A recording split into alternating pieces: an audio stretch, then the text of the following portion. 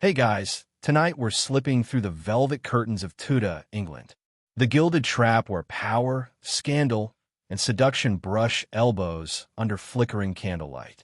If you've ever thought navigating modern relationships is tricky, imagine a place where one glance from the king can rewrite your entire life or end it.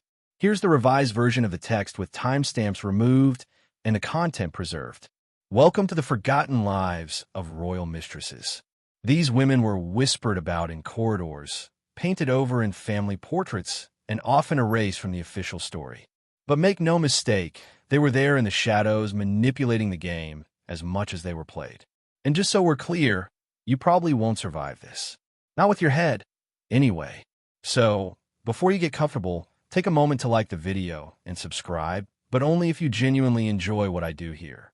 And hey, tell me what city you're in and what time it is as you're watching this. I love knowing who else is wandering the Tudor halls with me tonight. Now, dim the lights, maybe turn on a fan for that soft background hum, and let's ease into tonight's journey together.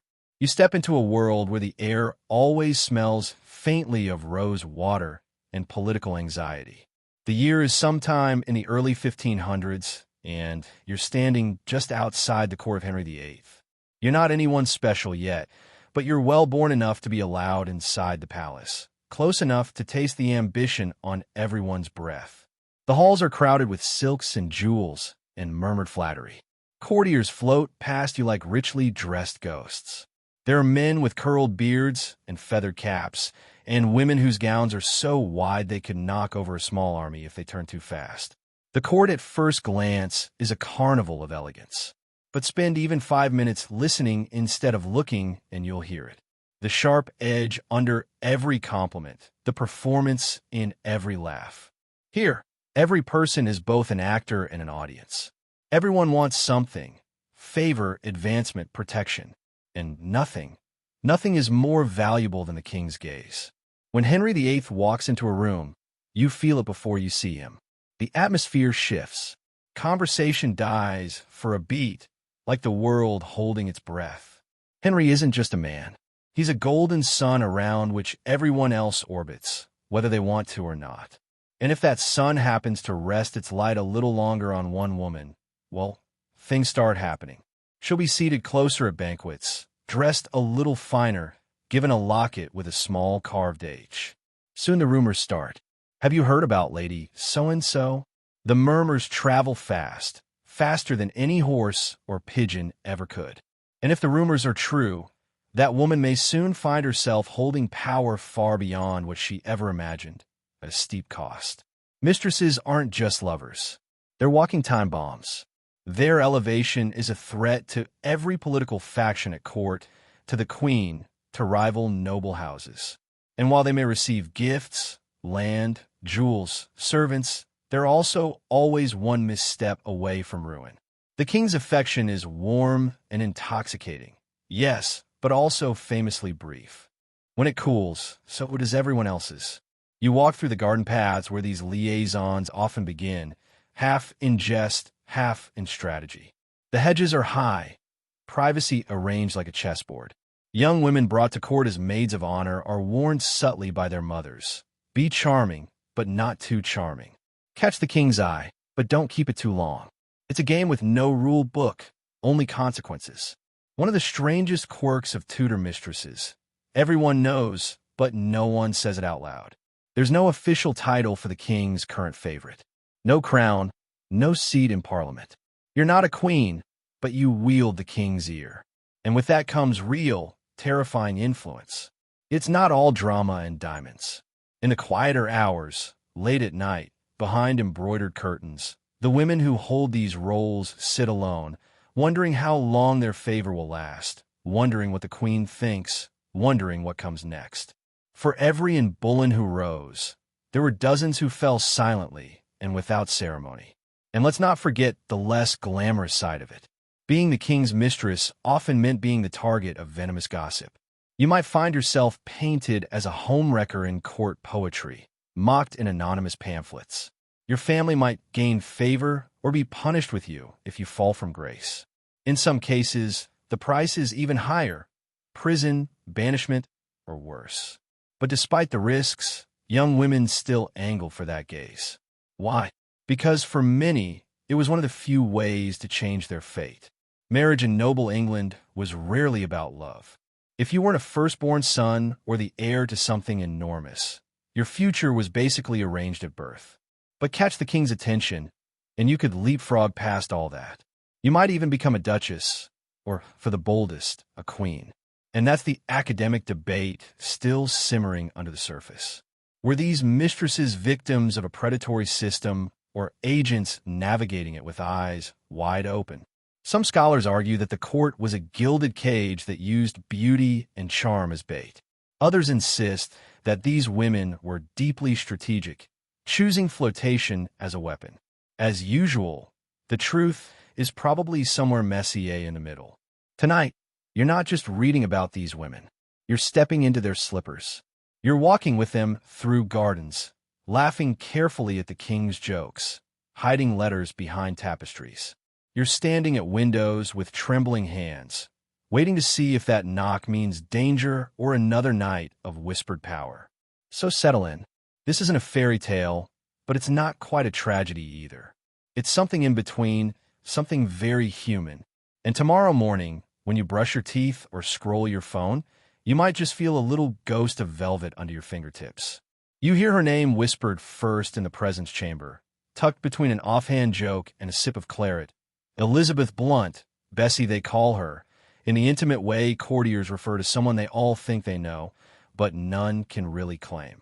You follow the conversation like a stray sent through the palace corridors until you catch the full story, or at least the version that survives the retelling.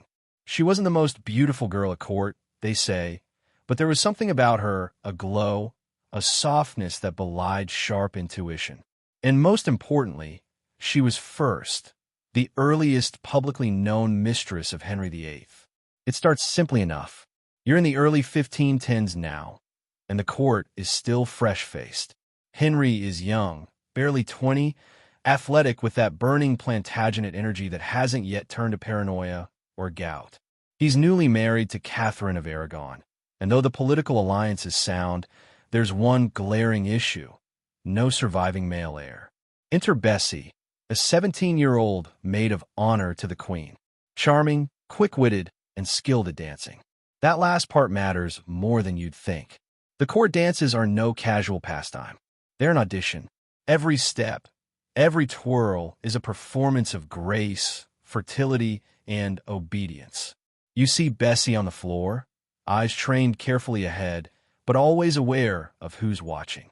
Henry notices, and once he notices, things unfold in the way they always do. Small tokens exchanged, quiet conversations behind arras curtains, a growing tension that soon makes its way into the gossip loops. What's curious is that Bessie doesn't fall into scandal. Not immediately. There's no dramatic upheaval, no jewels, no public denouncements.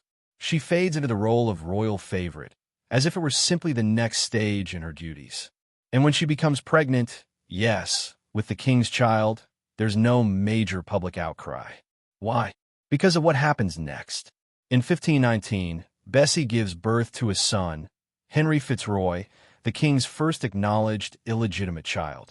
You can almost hear the gasp that runs through the Tudor nobility. Henry VIII, obsessed with legacy and virility, now has undeniable proof that he can sire a healthy male child. The problem must be Catherine, the whispers say, and this changes everything. Fitzroy is a curly-headed symbol of hope, a living embodiment of what the Tudor line could be if only a legitimate son would arrive. Henry is so proud, so thunderously smug about it, that he showers titles on the boy, Duke of Richmond and Somerset. You watch, wide-eyed, as a bastard child is lifted almost to the level of a prince. For a moment, the rules seem different. And what of Bessie? For her part, she doesn't claw for more. That's what makes her unusual. While later mistresses will scheme for elevation, for crowns, Bessie plays the long game by stepping back. She's quietly married off to a respectable nobleman, Gilbert Talboys, and lives a life of relative peace. She vanishes from the court's inner circle before the tides can turn against her. It makes you wonder, was that her choice or someone else's plan? Historians still debate this. Some say she was simply a girl who got lucky, caught the king's eye, and wisely retired once the favor cooled. Others believe she was nudged aside by ambitious families eager to place more strategic daughters in the royal path.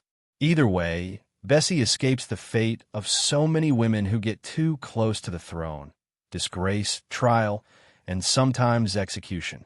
But let's take a moment to appreciate a strange little twist. Bessie Blount's son, Fitzroy, was at one point seriously considered as a possible heir to the throne. There were real discussions among Henry's advisors about legitimizing him. In a different timeline, one nudge of fate away, you might have seen a King Henry IX born, not of a queen, but a mistress. Fitzroy even had his own court, tutors, and military training, but his story ends too soon. He dies at 17, probably of tuberculosis, and with him vanishes the closest thing Henry ever had to a male successor during his lifetime. You look back at Bessie with new eyes now, not as a footnote, not as a side character, but as a pivotal figure, the first mistress, the one who bore a prince in everything but name. Her story reminds you that power doesn't always scream. Sometimes it whispers and walks away quietly. And here's a fun footnote that rarely makes the textbooks. It said Bessie once danced a series of courtly masks themed around fortune and fame right before catching the king's eye. Coincidence? Maybe. Or maybe the Tudors really were just that theatrical.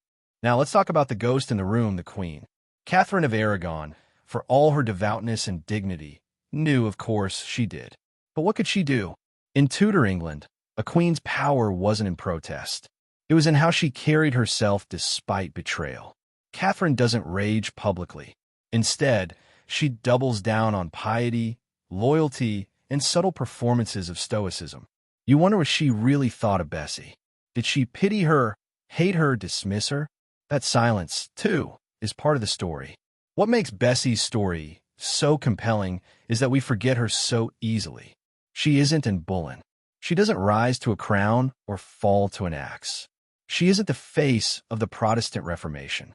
She's just Bessie, sweet-faced, smart, sharp enough to step out before things got messy. She wins the king's attention, bears his son, and walks away with her head and reputation intact. In this blood-soaked drama of Tudor love and politics, that's practically a miracle. And here's the irony. In doing so little, she changes so much. She sets the precedent. She proves that mistresses aren't just distractions, they're players. And every woman who comes after her knows what's now possible and what it might cost. You learn quickly that in Tudor England, no one arrives at court by accident, especially not the women. Behind every embroidered bodice and careful smile is a training regimen that would make a modern royal finishing school look like summer camp. From the moment a noble girl takes her first shaky steps on a marble floor, she's being shaped into something useful, graceful, silent when required, and above all, valuable. Tonight you step into that world, the polished upbringing of girls destined not just to serve, but to be noticed. You're inside a drafty manor house somewhere in the countryside. The air smells like beeswax and damp wool, and everything echoes a bit too much. Here, a young girl named Margaret, let's call her that, though her name isn't what matters, has just turned 6. Her governess is already correcting the way she curtsies. "No, your hand must be soft like velvet," she murmurs, gently repositioning Margaret's fingers. It's not just about etiquette. It's choreography for survival. By 10, Margaret is learning to dance with a book balanced on her head. She can recite psalms in Latin and knows how to pass a goblet without spilling. More importantly, she's starting to understand court dynamics. The way her mother hushes when writing letters. The way her father's mood shifts depending on whose seal is stamped at the bottom. No one tells her directly, but the message is clear. Your body is a vessel for your family's ambition. She's being trained for the royal court. Yes, but more specifically for proximity. Proximity to queens, proximity to kings, to opportunity. Mistresses don't just appear beside the throne. They're cultivated, wrapped in layers of pedigree and polish. The goal isn't necessarily to become one, but if the stars align, you'll be ready. At 14, Margaret arrives at court, freshly perfumed and trembling in satin slippers. She's now officially a maid of honor, which is both a privilege and a meat grinder. The queen, whichever one it happens to be at the time, has a glittering entourage of these young women. Their job: accompany her, flatter her, sing when asked, dance when summoned, and pretend not to see what they inevitably will see: affairs, power plays, poisonous alliances, but always with a smile. Being a maid of honor is the Tudor equivalent of walking into a lion's den wearing perfume made of steak. You're always being watched, not just by the king, but by the other courtiers, the foreign ambassadors, the older ladies whose job is to monitor you like hawks in velvet. There's intense pressure to sparkle, but never outshine. Be witty, but never clever enough to threaten. You learn to speak in elegant riddles, to blush on cue, to cry just enough at a tragic ballad without smudging your coal. And then, of course, you learn how to flirt without flirting. This is an art form, and it's not optional. A glance that lingers a half-second longer. A subtle adjustment of your sleeve to reveal a sliver of wrist. A curtsy held just a bit deeper when the king walks past. You're coached in these things by older women who've seen it all and by men who pretend not to be watching, though they absolutely are. Here's the kicker. None of this means you want to be the king's mistress. But if you are, it better be on your terms. The court is filled with cautionary tales. Girls who rose too fast and crashed even faster. Girls who misunderstood a smile and found themselves compromised. Girls who said no at the wrong time and disappeared into unwanted marriages or quiet obscurity. There's a fringe detail here, almost laughable in its absurdity. Some noble families would position their daughters to be noticed. Not for scandal exactly, but for favor. A daughter in the king's graces might mean a grant of land, a title for a brother, a cushy appointment for a father. One of the more notorious cases involved a family dressing their daughter in foreign silks, rare and scandalously sheer, just for a single royal hunt. She was paraded like a rare falcon. And yes, she got noticed. Did she wanna? That's harder to say. The real tragedy is the line between preparation and exploitation was thin as lace. Were these girls empowered or manipulated? Modern historians argue both sides. Some insist these young women were pawns traded for influence like jeweled game pieces. Others claim they were agents of their own destiny, flirting with power in a world where marriage was a trap and love a luxury. You watch Margaret learn to walk that tightrope. She grows sharper, funnier, more aware of what she's doing and why. She learns that attention can be used like currency, spent carefully, hoarded, or weaponized. And then one day it happens. Margaret catches the king's eye. She's not even sure how. Maybe it was the song she sang at the winter masque. Maybe the deep green of her gown reminded him of something or someone. But suddenly, he pauses when she speaks, smiles when she curtsies. His gaze lingers, her breath quickens, not with excitement, but with calculation, because now the game has changed. Her friends see it, too. Some are envious, others wary. The queen says nothing, but the flicker in her eyes during dinner is unmistakable. Margaret is invited to more events, given a better seat at the hunt. A ring, small and gold, appears on her pillow with no note. Everyone knows what this means, and yet no one says it aloud.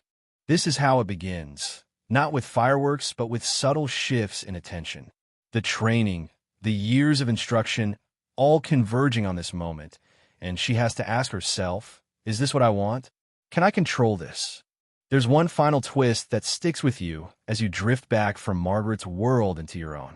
Many of these girls were taught from birth to suppress their instincts, to perform virtue and innocence, and then one day they're expected to pivot, to use seduction as a survival tool.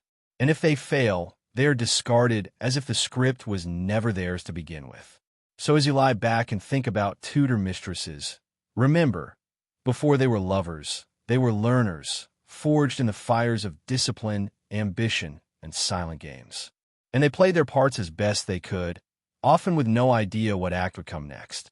You're standing in the center of Whitehall Palace, watching history start to buckle and shudder like a timbered roof in a storm.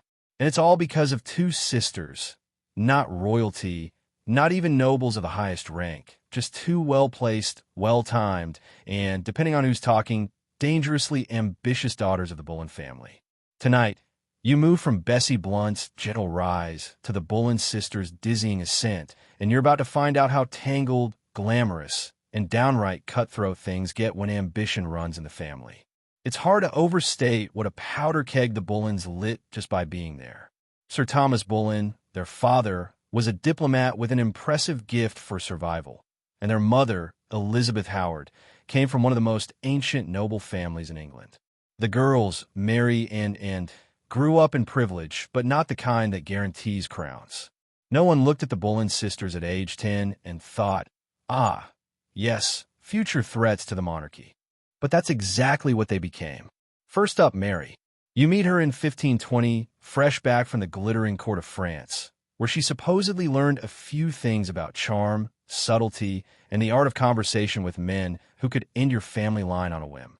She arrives at Henry VIII court with flushed cheeks, a musical laugh, and no idea she's about to become the king's mistress. Or maybe she does.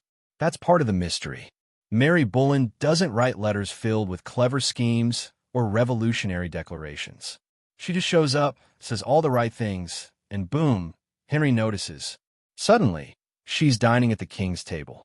She's riding in the same hunts. She's mentioned in court poems with coded flattery. And of course, like so many, she vanishes from the historical spotlight just as quickly as she entered. But not before two children are born, Catherine and Henry. And here's where the real, scholarly wrestling match begins. Some historians believe Henry VIII fathered one or both of Mary's children. Others insist it was her husband, William Carey, a gentleman of the Privy Chamber.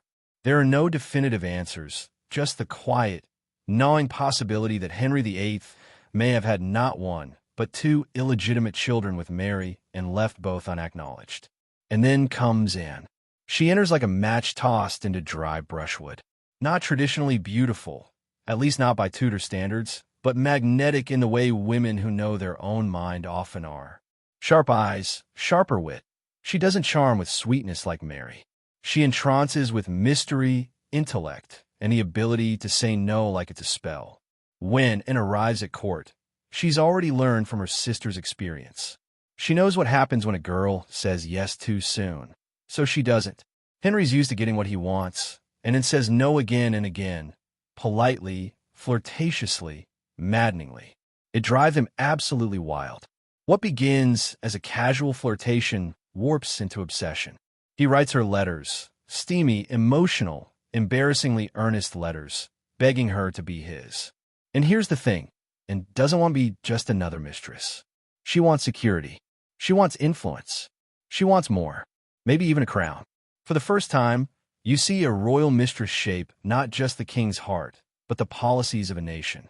Anne's presence begins to infect everything. Henry's marriage to Catherine of Aragon, his relationship with Rome, the stability of the entire kingdom. Whispers turn to roars. Parliament stirs. The Pope refuses to grant a divorce and holds her ground. It's no longer just a love affair. It's a national crisis. While all this unfolds, you have to imagine Mary watching from the sidelines. She's married again now, to a man far below her in status, and she's quietly falling out of favor while her sister rises like a storm cloud. There's real tension between them. Some accounts suggest jealousy, others imply pity. One sister plays the game by the rules and loses. The other breaks the game entirely and rewrites the board. Eventually, and becomes queen. You already know how this ends. Heads and axes and treason trials. But tonight, we're not there yet.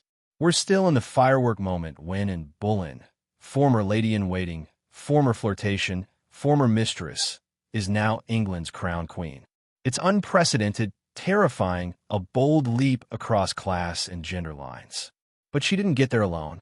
Here's a fringe fact that rarely makes it into the soap opera versions, and had a network. Her mother, her brother George, reformist allies, even foreign ambassadors helped construct the scaffolding of her rise. She wasn't just navigating court politics. She was practically orchestrating them. And in that way, the Boleyn sisters weren't just figures in a romance. They were architects of a seismic shift. and scholars still can't agree on what to do with that. Was and a proto-feminist icon wielding her agency in a world built to strip it away? Or was she a master manipulator who used desire as a lever and toppled an entire nation into religious and political chaos? Again, the answer slips through your fingers, changing shape depending on who you ask. Maybe that's what makes her so unforgettable. Standing in the echo of it all, it's the duality of the Boleyn sisters that sticks. Mary, who gave the king what he wanted and was discarded, and who denied him and was crowned, only to fall even harder. Two sisters, two approaches. Same king, same court, completely different fates. And in the rush of silk and scandal, you start to see a pattern emerge. One that future mistresses will try to follow or avoid. Say yes too early and you disappear. Say no too long and you risk everything. But if you time it just right, you might change the world. You walk with Mary Boleyn now. Not the legendary Anne's sister, not the one written off in the margins, but Mary herself and the quiet shadow she never really escaped. Everyone knows her name, of course. It's always paired with Anne's. Always second. Always the other Boleyn girl. But tonight, you press in closer, past the simplifications, and find a woman who lived the full Tudor experience. Adored, discarded, married, widowed, remarried, and always underestimated. When you first meet Mary, she's laughing. Not the nervous, high-pitched giggle of a court girl trying to charm her way through a tense moment, but something deeper, freer. She's in France, then part of Queen Mary Tudor's entourage on her brief, ill-fated marriage to Louis XII.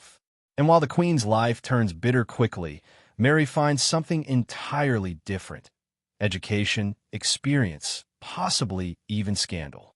The French court is decadent and loose with its affections. People still whisper that Mary became the mistress of the new king, Francis I, while she was there. He allegedly called her his. She waited, as the wheels of Europe groaned and turned behind her. When he finally broke from Rome and declared himself head of the Church of England, it wasn't just about love, it was about legacy. He needed a son. Catherine of Aragon hadn't provided one. And, sharp and unblemished, was his next gamble. When she became pregnant before their marriage, the clock was ticking. Henry made it official.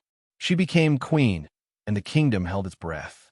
The air crackled with tension, the kind that whispers of a storm to come, and had reached the pinnacle, but it was a perilous perch. Every step forward was a step into the void, surrounded by enemies, Catherine's loyalists, noble families resentful of her family's sudden rise, clerics who saw her as the spark of England's heresy. Even her supporters watched closely, silently asking, "Can she deliver?" Then the baby arrived, a girl, Elizabeth. The disappointment was palpable, though unspoken. Henry's mask of approval was thin, and tried to frame it as divine timing, but the court knew the stakes. A girl wasn't enough, not for a fractured church and a discarded queen. Still, and persevered, conceiving again and again, only to face miscarriages. One, reportedly a male child, lost the same day Henry began openly flirting with Jane Seymour, one of his own ladies-in-waiting. The shift was subtle but undeniable, like a breeze before a tempest. Yet, and wasn't just clinging to power. She believed in her mission, reshaping England's identity. A patron of reformers, a reader of forbidden texts, she spoke her mind to bishops and scholars. She fought for charity and education, insisting her daughter Elizabeth be raised not just as a princess, but as a ruler. She may have started as a mistress, but she became a visionary. That conviction made her enemies relentless. The campaign to destroy her was crude but effective. Rumors of adultery, treason, even incest with her brother George swirled. The accusations were grotesque, the evidence flimsy, the testimony coerced. But the verdict was set before the trial began. In the Tower, the night before her execution, and prayed aloud, her voice steady, speaking kindly of the king who condemned her. On May 19th, 1536, she ascended the scaffold in a deep red gown, her speech graceful, asking mercy for Henry. The sword fell, and it was over. Or was it? Her daughter Elizabeth would one day rise as one of England's greatest monarchs, a living echo of her mother's fire. Scholars still debate. Was Anne a victim of patriarchy or a cunning player who flew too close to the sun? Some call her Henry's pawn. Others say he was hers. But one truth endures, and Boleyn changed the game, making the role of mistress ambitious, dangerous, and deadly. Her story wasn't mere gossip. It was a revolution sparked by a woman who dared to say no until it became a yes that reshaped history. In the Great Hall, you sit close to the fire, the scent of smoke and roasted meat clinging to your gown. Nobles murmur over wine, but beneath their polished chatter, one question simmers. Was it love? In Henry VIII's court, with its gifts, letters, and lingering glances across banquets, you wonder if royal romance was ever real or just survival in finer clothes. Courtly love was a performance. Poems, lockets, sonnets scrawled by candlelight in forbidden rooms. It seemed romantic, but nothing in the Tudor court was without calculation. Love was a luxury. Marriage was politics. Affection found its outlet in the theater of courtly love, where women were placed on pedestals, adored from afar. Men pined, wrote poetry, offered tokens. It was hollow, dangerous. A glance lingered too long, a hand brushed silk too soon, and suddenly it wasn't a game anymore. Someone was pregnant, ruined, or quietly banished to a countryside manor. Henry played this game with ease, gifting rings at justs, staging masked rescues at banquets. It worked until it didn't. When the king chose you, it became real and terrifying. There were no clear rules for being his favorite. One day, a jeweled necklace. The next, your cousin arrested for a misstep. The same love that elevated you could cast you down. Yet some women sought it, studying how to move, pause, or curtsy just so. A lady once wove an H-shaped braid into her hair at a hunt, and it worked. She dined with the king days later. Visual Basic, VB, script editor. Gifts were more than tokens. Castles, sapphire-encrusted prayer books, markers of possession. Jewelry spoke. Rings with hidden inscriptions, lockets with miniature portraits. Men wore them too, hiding a lover's image close to the chest. But a rival wearing the same gift signaled betrayal. Henry's love letters to, and clumsy and intense, still survive, perhaps hidden by a maid who knew their worth. Even kings falter in infatuation. But were the mistresses in love? Some might have been. Others convinced themselves they had to be. Love was currency. Leverage if the king believed it. Risk if he doubted it. The smartest walked a tightrope, giving just enough to keep his interest without losing their balance. A young lady reads an unsigned poem left on her bed, her cheeks flushed. She keeps it, but a week later, she's sent to her family's estate. Another woman has caught the king's eye. Was courtly love a mask for predation or a tool appearance for women to wield power subtly? Likely both, a performance and a rebellion, a trap and an escape. In the queen's antechamber, a different language is spoken, not Latin or French, but glances, gestures, and silences. Royal mistresses signaled through fabric and fans. Richer gowns, gold-threaded cuffs, a French hood tilted to veil the eyes. These were coded messages. Blue for fidelity, navy for intimacy, crimson for passion, pearls and even numbers for secrecy or protection. Anne's necklace, with its dangling bee and 3 pearls, might have symbolized herself, her sister Mary, and the Queen, 3 women tied to one king. A fan's wave could summon or deflect. Flowers carried meaning. Roses for love, rosemary for remembrance, lavender for suspicion. Gifts spoke too, psalters with woven initials, carved lutes, lockets hiding portraits. Some mistresses carried pomanders with secret mottos etched inside, prayers or promises readable only with a magnifying glass. Every movement was loaded. A tilted head, a smirk mid-curtsy, a brush of fingers passing a goblet. The queen spoke in code too, with cold nods or overly sweet tones.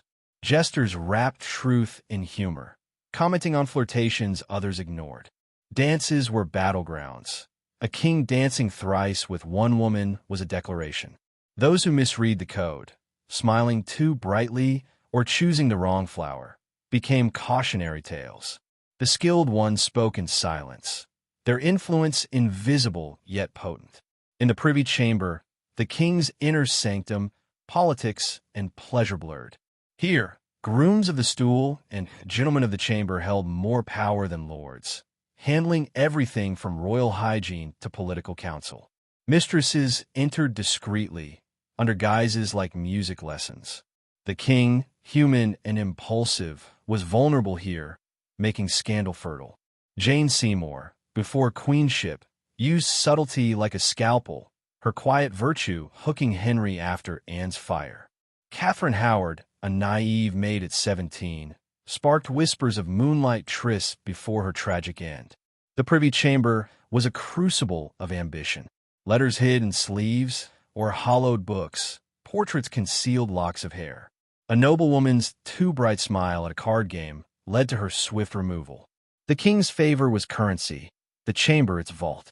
Scandal wasn't a byproduct of power, it was its fuel. Bessie Blount, a quieter mistress, drifts in the shadows. From a modest Gloucestershire family, she caught Henry's eye without fanfare.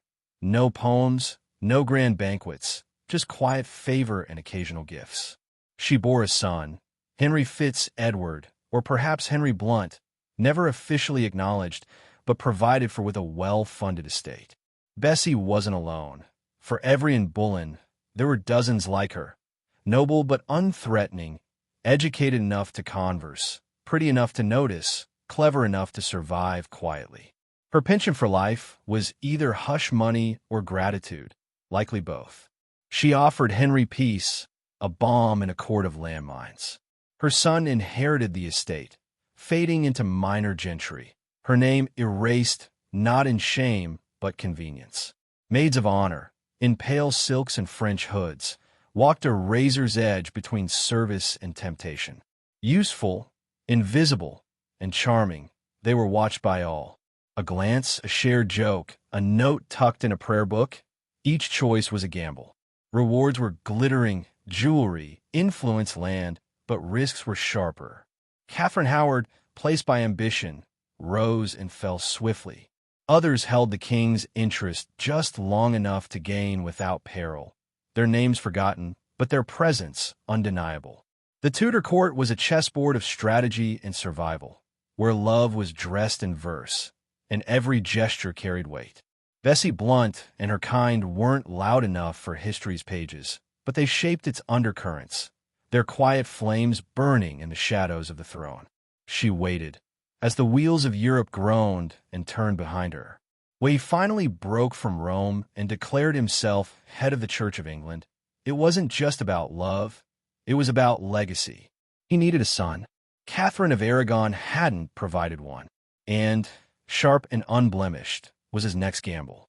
When she became pregnant before their marriage, the clock was ticking. Henry made it official. She became queen, and the kingdom held its breath. The air crackled with tension, the kind that whispers of a storm to come, and had reached the pinnacle, but it was a perilous perch. Every step forward was a step into the void, surrounded by enemies. Catherine's loyalists, noble families resentful of her family's sudden rise, clerics who saw her as the spark of England's heresy. Even her supporters watched closely, silently asking, "Can she deliver?" Then the baby arrived, a girl, Elizabeth. The disappointment was palpable, though unspoken. Henry's mask of approval was thin, and tried to frame it as divine timing, but the court knew the stakes. A girl wasn't enough, not for a fractured church and a discarded queen. Still, and persevered, conceiving again and again, only to face miscarriages. One reportedly a male child, lost the same day Henry began openly flirting with Jane Seymour, one of Anne's own ladies-in-waiting. The shift was subtle but undeniable, like a breeze before a tempest. Yet, Anne wasn't just clinging to power. She believed in her mission, reshaping England's identity. A patron of reformers, a reader of forbidden texts, she spoke her mind to bishops and scholars. She fought for charity and education, insisting her daughter Elizabeth be raised not just as a princess, but as a ruler. She may have started as a mistress, but she became a visionary. That conviction made her enemies relentless. The campaign to destroy her was crude, but effective. Rumors of adultery, treason, even incest with her brother George swirled. The accusations were grotesque, the evidence flimsy, the testimony coerced. But the verdict was set before the trial began. In the Tower, the night before her execution, and prayed aloud, her voice steady, speaking kindly of the king who condemned her. On May 19, 1536, she ascended the scaffold in a deep red gown, her speech graceful, asking mercy for Henry. The sword fell, and it was over. Or was it? Her daughter Elizabeth would one day rise as one of England's greatest monarchs, a living echo of her mother's fire. Scholars still debate. Was Anne a victim of patriarchy or a cunning player who flew too close to the sun? Some call her Henry's pawn. Others say he was hers. But one truth endures, and Boleyn changed the game, making the role of mistress ambitious, dangerous, and deadly. Her story wasn't mere gossip. It was a revolution sparked by a woman who dared to say no until it became a yes that reshaped history. In the Great Hall, you sit close to the fire, the scent of smoke and roasted meat clinging to your gown. Nobles murmur over wine, but beneath their polished chatter, one question simmers. Was it love? In Henry VIII's court, with its gifts, letters, and lingering glances across banquets, you wonder if royal romance was ever real or just survival in finer clothes. Courtly love was a performance. Poems, lockets, sonnets scrawled by candlelight in forbidden rooms. It seemed romantic, but nothing in the Tudor court was without calculation. Love was a luxury. Marriage was politics. Affection found its outlet in the theater of courtly love, where women were placed on pedestals, adored from afar. Men pined, wrote poetry, offered tokens. It was hollow, dangerous. A glance lingered too long. A hand brushed silk too soon, and suddenly it wasn't a game anymore. Someone was pregnant, ruined, or quietly banished to a countryside manor. Henry played this game with ease, gifting rings at justs, staging masked rescues at banquets. It worked until it didn't. When the king chose you, it became real and terrifying. There were no clear rules for being his favorite. One day, a jeweled necklace. The next, your cousin arrested for a misstep. The same love that elevated you could cast you down. Yet some women sought it, studying how to move, pause, or curtsy just so. A lady once wove an H-shaped braid into her hair at a hunt, and it worked. She dined with the king days later. Visual Basic, VB, script editor. Gifts were more than tokens. Castles, sapphire-encrusted prayer books, markers of possession. Jewelry spoke. Rings with hidden inscriptions, lockets with miniature portraits. Men wore them too, hiding a lover's image close to the chest. But a rival wearing the same gift signaled betrayal. Henry's love letters too, and, clumsy and intense, still survive, perhaps hidden by a maid who knew their worth. Even kings falter in infatuation. But were the mistresses in love? Some might have been, others convinced themselves they had to be. Love was currency, leverage if the king believed it, risk if he doubted it. The smartest walked a tightrope, giving just enough to keep his interest without losing their balance. A young lady reads an unsigned poem left on her bed, her cheeks flushed. She keeps it, but a week later, she's sent to her family's estate. Another woman has caught the king's eye. Was courtly love a mask for predation or a tool appearance for women to wield power subtly? Likely both. A performance and a rebellion, a trap and an escape. In the Queen's antechamber, a different language is spoken, not Latin or French, but glances, gestures, and silences. Royal mistresses signaled through fabric and fans. Richer gowns, gold-threaded cuffs, a French hood tilted to veil the eyes. These were coded messages.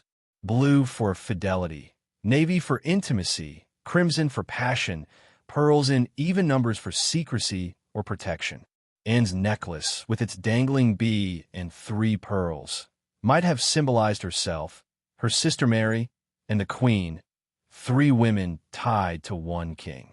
A fan's wave could summon or deflect. Flowers carried meaning. Roses for love, rosemary for remembrance, lavender for suspicion. Gifts spoke too. Psalters with woven initials, carved lutes, lockets hiding portraits.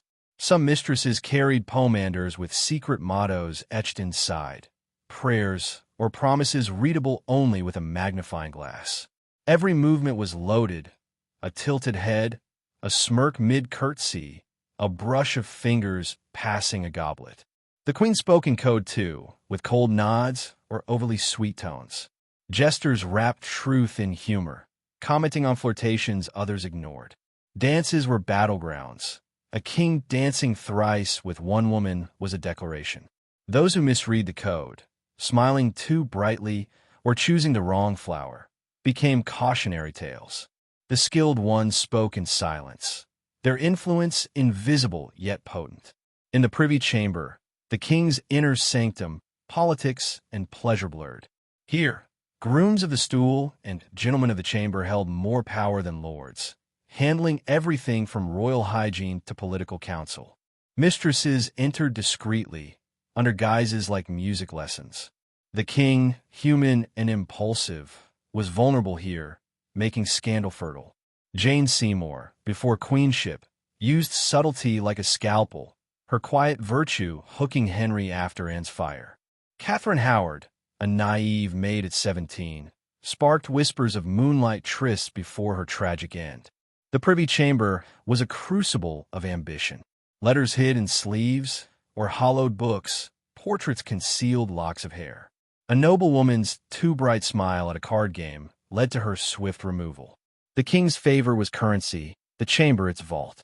Scandal wasn't a byproduct of power, it was its fuel. Bessie Blount, a quieter mistress, drifts in the shadows. From a modest Gloucestershire family, she caught Henry's eye without fanfare. No poems, no grand banquets, just quiet favor and occasional gifts. She bore a son, Henry Fitz-Edward, or perhaps Henry Blount, never officially acknowledged, but provided for with a well-funded estate. Bessie wasn't alone. For every Anne Boleyn, there were dozens like her. Noble but unthreatening, educated enough to converse, pretty enough to notice, clever enough to survive quietly. Her penchant for life was either hush money or gratitude, likely both. She offered Henry peace, a bomb in a court of landmines. Her son inherited the estate, fading into minor gentry, her name erased not in shame but convenience. Maids of honor, in pale silks and French hoods, walked a razor's edge between service and temptation. Useful, invisible, and charming, they were watched by all. A glance, a shared joke, a note tucked in a prayer book, each choice was a gamble. Rewards were glittering, jewelry, influence land, but risks were sharper. Catherine Howard, placed by ambition, rose and fell swiftly. Others held the king's interest just long enough to gain without peril. Their names forgotten, but their presence undeniable. The Tudor court was a chessboard of strategy and survival, where love was dressed in verse, and every gesture carried weight. Bessie Blount and her kind weren't loud enough for history's pages, but they shaped its undercurrents, their quiet flames burning in the shadows of the throne. Catherine of Aragon endured quietly as Henry VIII cycled through mistresses. Elizabeth Blount, Mary Boleyn, and others history barely recalls. She never made a public scene, never wept openly or stormed out of mass. Instead, she mastered the royal art of endurance, smiling when required, praying when expected, watching Henry's fleeting obsessions like a fever he couldn't shake. Behind her composure, she fought with dignity, her silence sharp enough to wound. When Henry demanded an annulment to Mary and Boleyn, Catherine stood firm, declaring herself his true wife before God and law.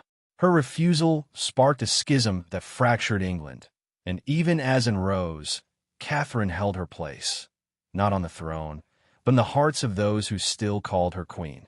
Now picture Anne, the mistress turned queen, on the throne, only to face the same fate she once delivered. The irony tightens around her like the laces of her gown. Jane Seymour, young and quiet, is everything and is not.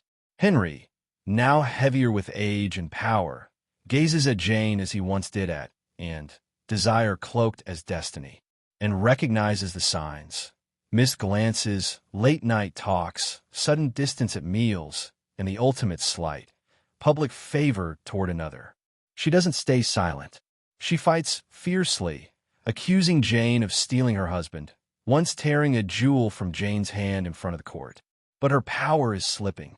Henry begins to call her temper a flaw, and when a woman's strength is recast as instability, her fate is sealed within months and loses not just his affection but her life.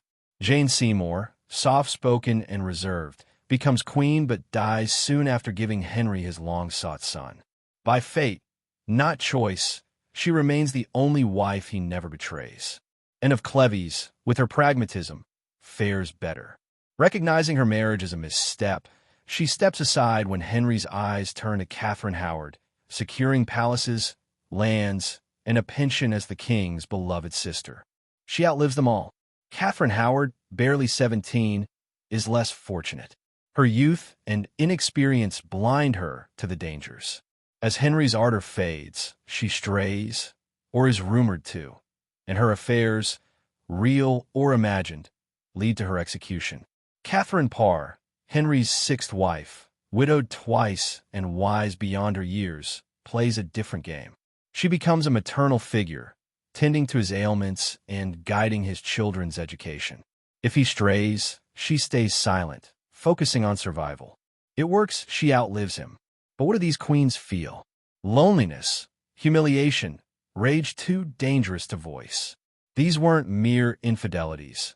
They were betrayations by a king ordained by God, expecting his queens to smile through public disgrace. Their power waned, allies vanished, enemies grew bold, all because of his whims. Scholars debate whether to pity or admire these queens. Were they trapped victims or diplomatic survivors? Perhaps both. Their truth caught between Catherine of Aragon's solitary prayers and Anne Boleyn's desperate grasp at Henry's sleeve. Their portraits, hung side by side, show composed faces, but their eyes betray vigilance, their jewelry and posture whispering, "I see everything, and I pretend I don't." Queens were crowned but caged, their grace a sharp-edged survival. In a candlelit chapel, a royal mistress kneels, her gaze fixed on a flickering votive. Guilt or memory lingers in the air. In Tudor England, religion wasn't just ritual, it was the pulse of life. For a mistress, unmarried and unforgiven by public morality, sin weighed heavily. Confession was private, cloaked in secrecy, not because her actions were unique, but because they were known. Whispering, "I have lain with the king, and I was not his wife," she faced varied responses. Some priests, political, passed her words to higher powers. Others offered compassion, likening her to Mary Magdalene. The rarest simply listened, knowing forgiveness was tangled with survival. And Boleyn, devout to a fault, carried a book of hours, her prayers like armor. Yet she sinned by the era's standards. Lust, ambition, a marriage to a man still bound. She confessed before her execution, her final words steeped in faith, though only the tower's walls know if she felt absolved. Elizabeth Blount, pious after her affair, funded a chapel, perhaps out of guilt or gratitude. Another mistress, unnamed, confessed so often her priest begged her to stop, her worn ivory rosary a testament to her turmoil. The Reformation muddied the waters. With Henry as head of the church, what was sin when the king rewrote the rules? One mistress asked if refusing him was more sinful than yielding. There was no right answer, only consequences. Some scholars see confession as a tool of shame. Others view it as a rare space where women could name their sins on their terms. The chapel stays silent, but the mistress's guilt, real or imposed, was her crown, worn privately as she navigated judgment from priests, peers, and history. In a storeroom thick with the scent of vellum and lavender, you touch a forbidden letter, folded and sealed with a faded signet. These are the most dangerous objects in Tudor England. Not daggers or poison, but words written in haste, hidden in gloves or prayer books. Henry's 17 surviving letters to Anne Boleyn reveal a king undone by love, calling her his mistress and friend, his clumsy devotion both endearing and awkward. Stolen and now held in the Vatican, they're a poetic irony for a man who defied the Pope for her.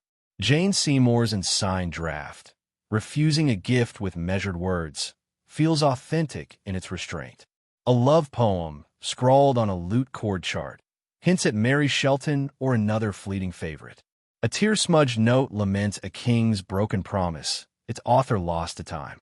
Scholars argue over these letters' authenticity and intent, romance or manipulation.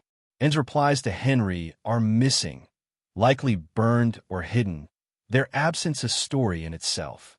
A fringe theory claims and wrote a final letter from the Tower, pleading innocence as his wronged queen, perhaps intercepted or forged. Another letter, from an anonymous mistress, speaks of life after favor. I live on the edge of a great fire, no longer in its warmth, but too close to sleep. These women, meant to be voiceless, wrote anyway, their words surviving in secret, whispering through centuries. Jane Popincourt, a French-educated Tudor, glides through the court in silks that defy English fashion. Rumored to have been a French king's mistress, she brought dangerous knowledge to England, fluent in both court's politics and desires. Henry, still young, was drawn to her experience, not youth. Records call her in much favor, but was she his mistress? She lingered, overhearing secrets, until quietly dismissed, perhaps due to a failed betrothal or her ambiguous status. Some speculate she spied for France, her dual fluency making her a perfect conduit. Others see her as a pawn or a pioneer, wielding influence through access, not scandal. Jane showed that intelligence could seduce, leaving faint but indelible footprints. In a cold chamber, a woman trembles, not from shame, but from realizing her mistake wasn't loving the king, but letting him stop. The price of being a royal mistress could be brutal, and Boleyn's execution for adultery and treason was a hollow performance. Her real crime was becoming a political liability. Catherine Howard, a pawn of ambition, fell for rumored affairs, her youth no shield.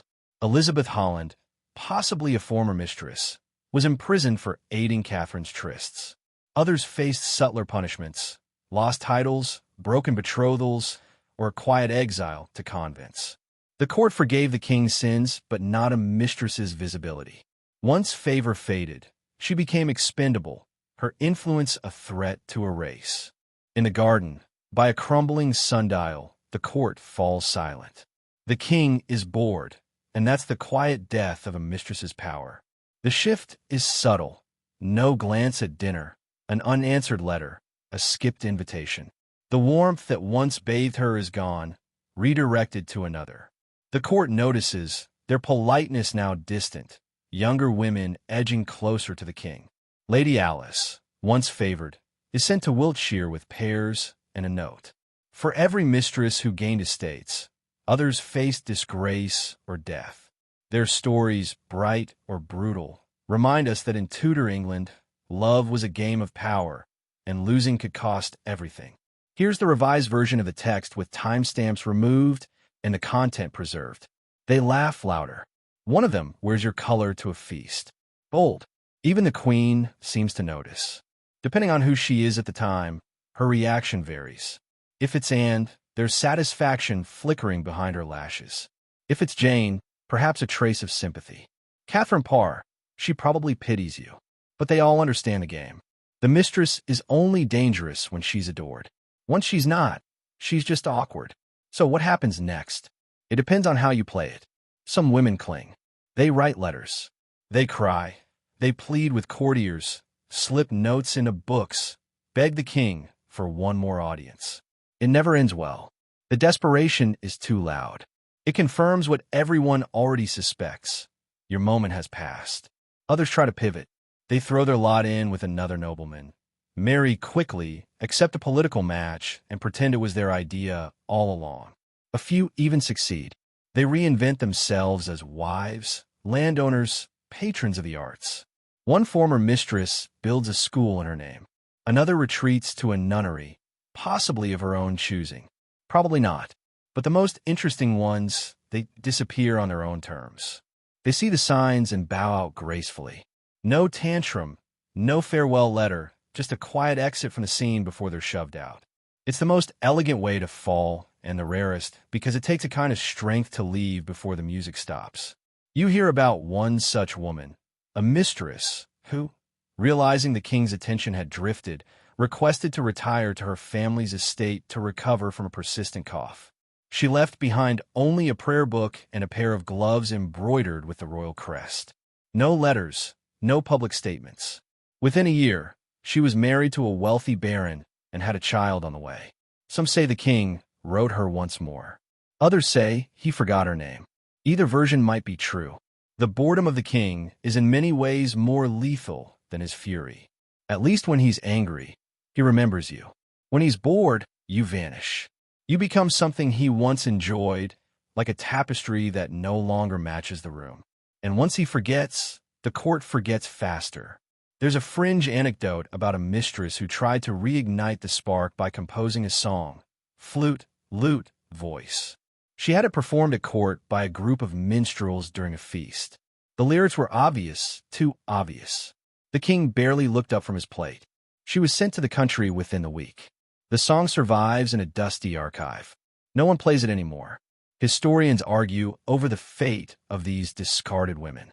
Were they victims of a fickle man or casualties of a system that only valued women when they were new, useful, or pregnant? Some claim they wielded real power, even in decline. Others insist they were illusions of agency allowed to exist only while they entertained. And you've seen both sides now. The power, the peril, the pacing sadness when the king turns his gaze elsewhere. And then there's the loneliness. That might be the cruelest part. After the excitement, the rush, the attention, the isolation feels brutal. Your former allies drift away. The nobles stop sending wine. You hear about the court's latest gossip from a letter, not a conversation.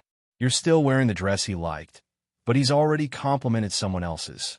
Eventually, the court stops talking about you entirely.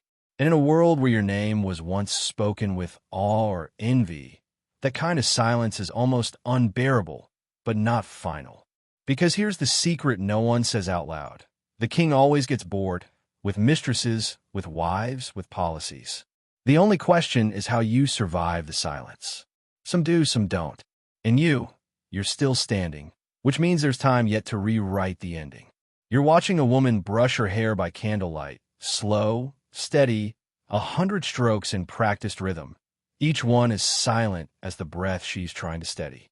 The court is asleep, or pretending to be, but her mind isn't because tonight she's thinking about her job. Not embroidery or attending the queen, not composing a flattering verse or rehearsing a dance. Her real job, the most dangerous, most unacknowledged, most quietly powerful position at the Tudor court, royal mistress. And make no mistake, it's a job. One that comes with perks, yes, but also scrutiny, isolation, and a daily risk of ruin. Welcome to the court's most dangerous position. You've seen the jewelry, the gowns, the gifts. From the outside, it looks like a dream, a rise from obscurity to luxury, the adoration of a king, the envy of a court. But look closer. Beneath the pearls, her hands are raw. Her stomach is in knots. Every word she speaks is rehearsed. Every movement considered. She's always being watched. Not because people love her, but because they're waiting for her to trip. Being the king's mistress isn't about beauty. That's the bait. The job requires something deeper. Strategy, nerve, timing, a working knowledge of politics, a tolerance for hypocrisy, and above all, restraint. Say too much, and you become a threat. Say too little, and you become forgettable. The sweet spot is narrow, and the consequences for missing it are steep. You step into her shoes. You're given new gowns, yes, but only so people can pick you apart more precisely. You're seated at feasts where everyone smiles, but no one trusts you. You walk through gardens with hidden messages being passed 2 paces behind you. You wake up wondering if today is the day the king stops calling, or worse, the day he decides you're embarrassing. You can't even trust your own reflection. A mirror will tell you you're still beautiful, still wanted, but the gossip might say otherwise, and gossip is what shapes reality in court. You hear that your laughter is too loud, that the queen's cousin thinks you're ambitious, that your latest poem was poorly received. Do you deny it? Do you shrug it off? Do you retaliate? Each choice is a move on the chessboard. You can't afford mistakes, and you have no allies. Not really. The queen despises you or pities you, which is worse. The ladies in waiting see you as a stepping stone or a cautionary tale. The men who once flirted with you now keep a careful distance, afraid of being accused of treason by association. Even your own family might begin negotiating your replacement if they sense your influence waning. Loyalty is a currency, and you're burning through it fast. You try to anchor yourself. Maybe you write letters, clever, flirtatious, just vague enough to be read aloud without scandal. Maybe you align yourself with a faction. Maybe you patronize poets, sponsor masks, whisper to secretaries. But always there's the edge of danger, because what happens if the next woman is younger or sweeter or has a cousin on the Privy Council? There's a fringe account, mostly ignored by serious historians, of a mistress who survived 5 years at court by pretending to be deeply pious. She attended every mass, fasted publicly. She even insisted on sleeping alone, claiming she and the king met only to discuss scripture. Was it true? Probably not, but it was genius. Who could accuse a woman of ambition if she's too holy to scheme? Of course, others weren't so careful. One mistress tried to use her influence to sway a marriage contract for her brother. It backfired. The king heard about it, and within days her apartments were reassigned. Another woman accepted a necklace from a foreign diplomat. The necklace was a trap, proof of outside influence. She was sent to a convent in the north. She lasted 2 winters. You begin to see how narrow the margins are. One wrong gesture, one offhanded joke, one honest opinion said too close to the wrong ear. That's all it takes. And no one will defend you because no one ever admits you had power in the first place. Your role doesn't exist on paper. You're not on the council. You hold no office. And yet, every decision made in private passes through you, filtered through kisses and compliments and laughter at the right moment. Some say that royal mistresses were pawns. Others argue they were queens without crowns. The truth, they were both and neither. They were survivors in a court designed to consume women and forget them. Their power was temporary, their influence conditional, and the reward for playing the game, well, was only that you could keep playing for a little longer. You hear her now, the woman brushing her hair. She sighs, not dramatically, just quietly. She knows the king still loves her for now, but she also knows she's aging. She's read the poems. She's seen how quickly radiant becomes worn in a court's mouth. She's rehearsing the future in her head. What she'll do when the summons stop coming. Whether she'll accept a marriage, whether she'll retire to an estate and start over, or stay in court long enough to become the former favorite. A role even more precarious than mistress. She finishes brushing, pins her hair, blows out the candle. The room goes dark. You're left with the knowledge that she will sleep lightly. She always does. Because being the king's mistress isn't something you are. It's something you do, and it's the most dangerous job at court. Not because it comes with enemies, but because it comes with an expiration date carved invisibly into every smile. And when that date arrives, no one will save you. They'll just whisper your name as someone else takes your place. You're in the gardens again, but this time you're not watching the queen or the current favorite. You're watching a woman who's doing something rare. So rare, in fact, it hardly seems possible in Tudor England. She's walking away, not from the court, not from disgrace, not from exile. She's walking away from the king himself. Tonight, you trace the steps of the boldest, most quietly radical figures in the entire game of royal desire. The mistresses who said no. It's almost a myth, isn't it? The idea that anyone could refuse Henry VIII, a monarch accustomed to obedience, worship, and velvet-clad flirtation on demand. But it happened, Not often, and certainly not without consequences. But there were women, sharp, clever, stubborn women, who looked power in the face and decided they'd rather have their dignity than a royal bed. Start with Anne Boleyn, one of the more frequently mentioned names in this rare category. A maid of honor to Queen Jane Seymour and later to Queen Catherine Howard, and caught the king's eye during a time when he was in between favorites. Young, beautiful, and well-connected, she checked every box on the unspoken mistress checklist. But and never took the bait. Henry pursued her, gifts, compliments, attention at feasts, and yet somehow she always managed to remain just out of reach. Courteous, never rude, present, but not too available. She wasn't a fool. She knew exactly what he wanted and what it would cost her. And she wasn't the only one. Margaret Shelton, Anne Boleyn's cousin, reportedly drew Henry's attention briefly during Anne's reign. Some records suggest Margaret was encouraged by the Boleyn faction to accept his affection. Better to keep the king's eye within the family than let it wander toward political rivals. But even Margaret, it seems, resisted going too far. Historians disagree on whether the relationship became physical. But what's clear is that it didn't last. Either the king lost interest or she didn't play the game. Now, let's be clear. Saying no to a king didn't always look like slamming a door. It often looked like artful evasion, a headache, a conveniently timed trip to the countryside, a chaperone who lingered a little too long. These women became experts at self-preservation through delay. In some cases, the refusal was just political, protecting a family's reputation or securing a better marriage. In others, it was personal. These women knew their value, and they weren't interested in trading it for a brief flash of power that would likely end in disgrace. One fringe story, told more in court whispers than in actual records, involved a woman named Alice Restwold. She was not particularly highborn or especially beautiful, but something about her wit captured Henry's interest. One evening during a private audience, he reportedly offered her a brooch along with a comment that left nothing to interpretation. Alice smiled, took the brooch, and replied, "I prefer gifts not tied to service, Your Grace." She handed it back. He laughed. She was never summoned again. She also went on to marry a wealthy merchant and live, by all accounts, a very peaceful life. But of course, there was always a risk in saying no. Some refusals had a cost. One noblewoman's brother lost his court post just weeks after she declined to be entertained by the king during a hunting retreat. Nothing was said outright. There were no formal accusations, just the soft, deadly hand of displeasure. In the Tudor court, that was all it took. Still, these women resisted, not out of ignorance, but out of calculation.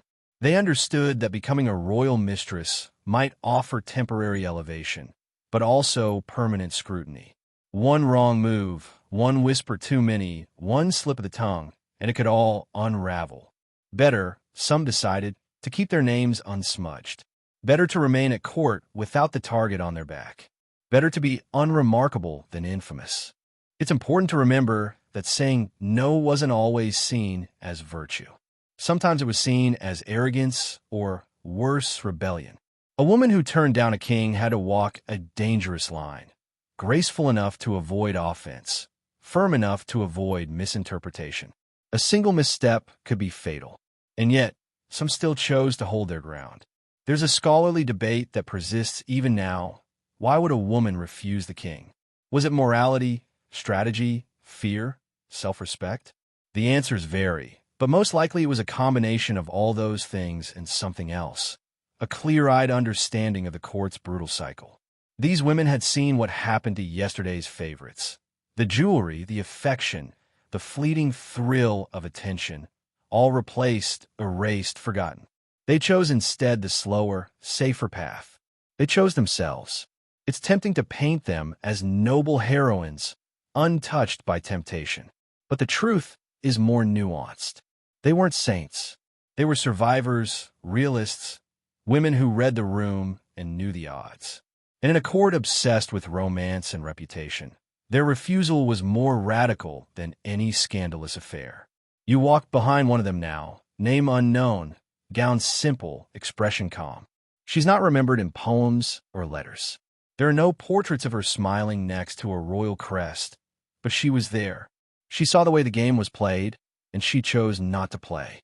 And in a strange way, she won. Because the mistresses who said yes, they were celebrated briefly, then discarded. Their names attached to scandal, their families entangled in politics, their legacies stained by survival. But the ones who said no, they left the stage quietly and with their dignity intact. You pause by a marble bench where one of them used to sit. She once watched the king walk by, flirted just enough to stay safe, and smiled just enough to be remembered, but never crossed the line. Her story wasn't dramatic enough for the historians. But you see her now, more clearly than ever. Sometimes the boldest choice isn't ambition. Sometimes it's absence. You're in the archives now, deep beneath the grand echo of the palace halls, where the air tastes of old ink, candle soot, and the delicate crumble of parchment too fragile to unroll. You've got your fingertips on history's least-read pages, the ones that don't make it into the glossy documentaries or the royal family trees. These are the scraps that whisper instead of shout. Because tonight, you're peering into the warped mirror of time, where the royal mistresses of the Tudor era are reflected not as seductresses or villains, but as complex women flattened by the pens of men. Welcome to the long-overdue re-examination of their place in the story. Mistresses in the mirror of history.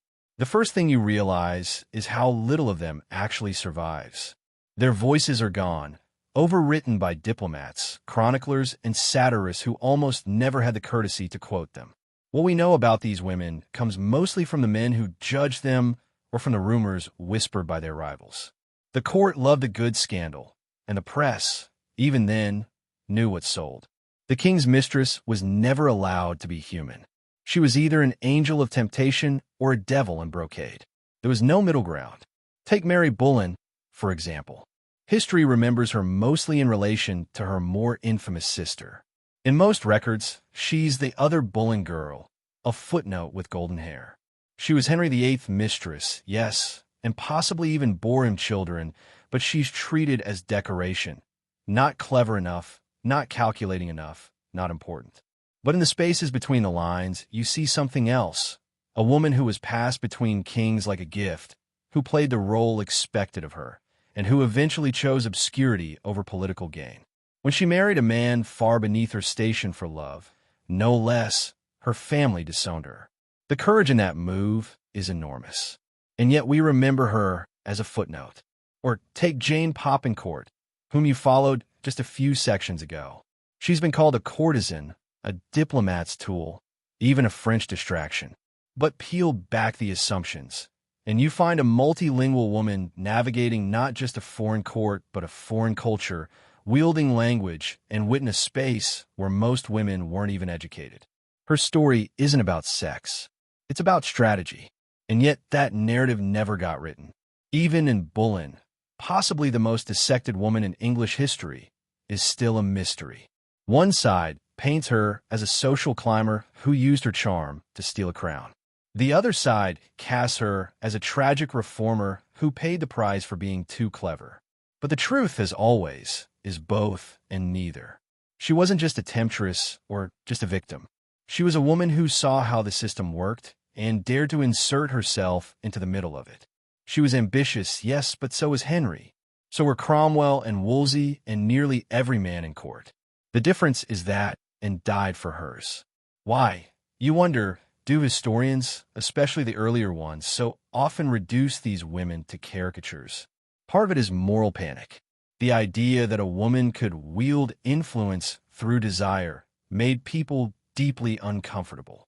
They couldn't admit that mistresses might be smart or strategic or, worse, sympathetic. So, they were flattened into cautionary tales. Look what happens when a woman strays too close to power. Even their physical descriptions betray the bias. Read through the records, and you'll see the pattern. Mistresses are either described as astonishing beauties with an undertone of suspicion or surprisingly plain with an undertone of mockery.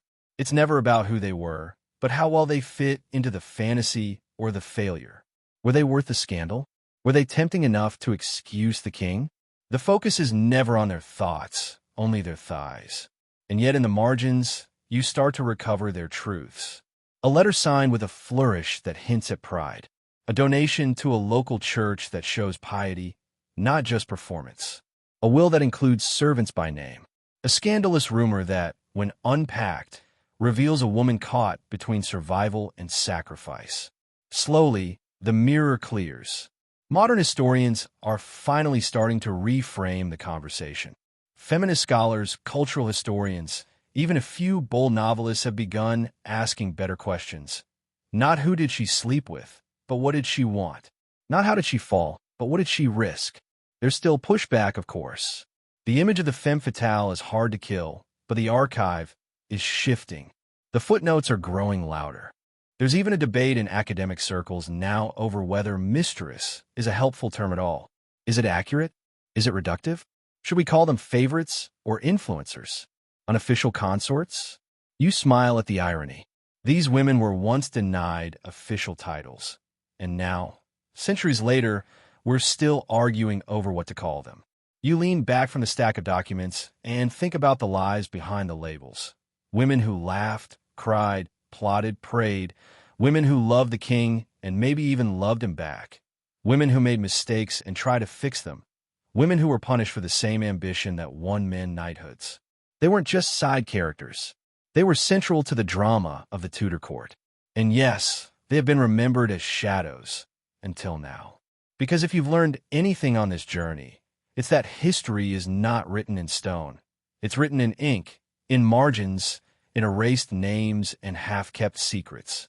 And sometimes it's written by someone who stops long enough to look again. So here you are, looking and seeing them at last in full light. You're standing at the edge now, the final flickering gasp of the Tudor dynasty, when the great glittering machine of court politics starts to rust and the golden torch of royal passion dims to embers. The mistresses you followed are long gone, either buried beneath marble or faded into forgotten manners. But the system they moved through, the glances, the whispers, the blood-and-silk arrangements, it's still there. And now, at last, you meet the woman who outlasts it all. Tonight, you follow the last mistress standing. Her name is Catherine Ashley, though history remembers her better as Cat. And her role in the life of Elizabeth I is more complicated than most care to admit. She wasn't technically a mistress. She wasn't a lover of a king, but she was something equally dangerous. A deeply influential woman in the inner world of a queen who was raised in the rubble of her father's disastrous loves. Cat had been a servant, then a governess, then a confidant. She raised Elizabeth from a sharp, wary child into a woman who would never, ever let herself be ruled by a man. But what makes Cat's story remarkable is not just who she advised, but what she witnessed. Because unlike the women who were discarded, disgraced, or discreetly married off, Cat survived. She navigated the rise and fall of Henry's wives, the flames of Protestant reform and Catholic revenge, the accusations of treason, and the brutal court of Edward VI. She stood beside Elizabeth through scandal, through exile, and into the crown. She may not have shared a bed with a king, but she understood power intimately. There's a fringe theory that Cat once carried letters between Elizabeth and Thomas Seymour, the ambitious and inappropriately affectionate brother of the Queen's late husband. Whether Cat supported the flirtation or merely tolerated it is up for debate, but one thing is clear: she knew how dangerous love could be. She'd seen it destroy queens and kill mistresses. And when Elizabeth narrowly escaped ruin during that episode, Cat changed. She clung to her queen like armor. She became not just a companion, but a protector. So in a way, Cat was a mistress, not in the sexual sense, but in the sense of influence. She wielded affection, loyalty, and access. She knew when to speak and when to vanish. And she never forgot what court favor could do to a woman. That made her powerful. And power for a woman in Tudor England was always dangerous. But if you want a true final royal mistress of the Tudor line, the last woman to ever hold the unofficial, deeply precarious role, it would be Lady Catherine Knowles, possibly the illegitimate daughter of Henry VIII and Mary Boleyn. Yes, that Mary Boleyn. That would make Catherine the king's daughter and Elizabeth the first cousin or half-sister, depending on which historian you trust. Catherine was never officially acknowledged by Henry, but she was given an unusually favored position at court, even serving as the chief lady of the bedchamber to Elizabeth I. In other words, she slept in the same room as the queen, dressed her, guarded her privacy. That kind of role wasn't handed out lightly. Catherine was loyal, politically savvy, and, according to court gossip, one of the few people Elizabeth truly trusted. Whether she was the child of a king or not, she knew the weight of proximity. And here's the strange symmetry of it all. The final mistress was not a lover of a king, but a woman raised in the long shadow of royal seduction. The daughters of mistresses, the cousins of queens, the granddaughters of those women who once risked everything for a crown, they were the ones left to pick up the pieces. Elizabeth I herself famously never took a husband. She never married, never named an heir, never let any man claim her body or her power. Coincidence? Hardly. She had seen too much. Her mother, Anne Boleyn, had loved and lost more than her head. Her father had discarded women like wilted roses, and the court had punished them all for being too pretty, too clever, too ambitious, too present. Elizabeth knew the game. She refused to play it. Instead, she became the first woman in English history to rule absolutely, not beside a man, but alone. And at her side through the early years of her reign was Cat Ashley. No lords, no lovers, just women who remembered. So in this final chapter, it's not a single mistress you meet. It's a lineage, a tapestry, a line of women, some named, most not, who endured. Women who carried secrets in silken sleeves, who swallowed ambition when necessary, and who shaped the monarchy more than any sword or seal ever could. And here's the most ironic twist of all. When the Tudor dynasty ends, it isn't with a love affair. It ends with a woman who chose not to love publicly at all. The story that began with passion and poetry and trembling hands in candlelit corridors ends in silence, in sovereignty, in legacy. You look back now on all the mistresses, Elizabeth Blount, Mary Boleyn, and Jane, Catherine Howard, and all the forgotten ones who didn't even get a name, and you see them not as cautionary tales, but as trailblazers, survivors, unwilling saints in a court that chewed up devotion and spit it into scandal. They weren't just playthings of kings. They were reflections of their time. In the case of the last mistress standing, she stood for them all. So now you're lying back, maybe the fans still humming softly in the background, and you're thinking, wait, that was all real. Oh yes, every subtle glance, every whispered threat, every silk ribbon laced through hair, not just for beauty, but for power, it all happened. These women lived not in fairy tales or footnotes, but in the jagged edges of royal life. They were not the queens you've heard about in ballads. They weren't even always the mistresses history cared to remember. But they were there in the soft spaces where empires rose and fell, wrapped in perfume, blood, and prayer. What makes them unforgettable isn't just the drama. It's the delicate balance they walked between love and leverage, favor and fear, obscurity and legacy. They knew what it meant to be wanted by a king and hated by a court. They knew how to read a room, how to fold a letter just so, how to survive a smile that turned cold. And, maybe most of all, they knew how dangerous it was to be visible and how much more dangerous it was to be forgotten. So tonight, you've stepped behind the velvet curtains, past the clean-cut lines of history books, and into the shadows where the real stories breathe. You've walked the gardens, knelt at the altar, listened to the wind rattle the windows of the king's bedchamber, and now, as the candle of the Tudor dynasty flickers out, you leave not with scandal on your lips, but a strange sort of admiration. Not because they were perfect, but because they existed at all, and left traces strong enough to still reach you here centuries later. Now close your eyes. They're quiet again, but they were never really gone.